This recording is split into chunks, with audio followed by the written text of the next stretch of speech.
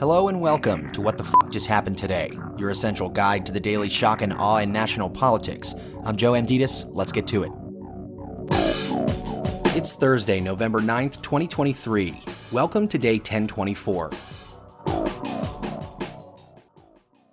With 8 days remaining until a government shutdown, House Republicans canceled votes on 2 spending bills and adjourned for Veterans Day. Republicans have only approved 7 of the 12 full-year spending measures individually, which were due on October 1st.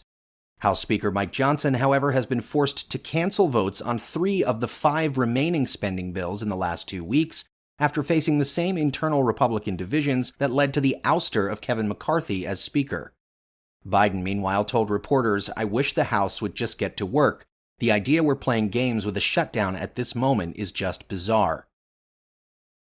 Meanwhile, Marjorie Taylor Greene forced a vote on impeaching Homeland Security Secretary Alejandro Mayorkas instead of negotiating a deal to fund the government.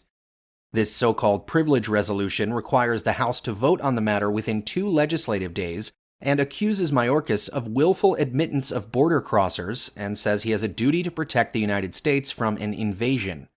The resolution comes after 2 of Greene's constituents were killed in a car accident after a car suspected of carrying smuggled migrants fled from police and crashed.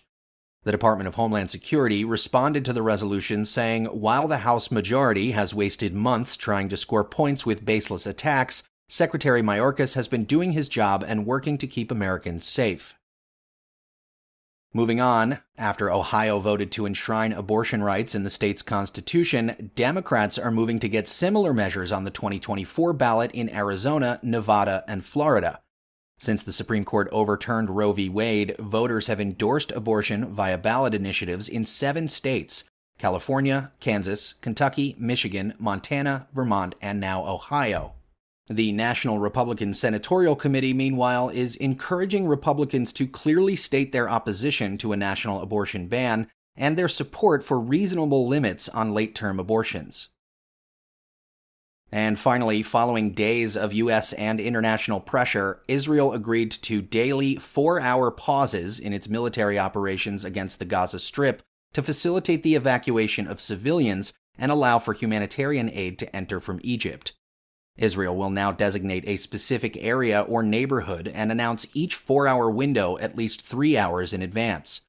Palestinian authorities say the death toll from Israel's bombardment of Gaza now exceeds 10,000 people, and more than 1.5 million people have now been displaced. That's all for now. You can find the links and sources for all of these stories on the main website. And as always, visit whatthefjusthappenedtoday.com for the latest news and headlines. Until next time, I'm Joe Amditis.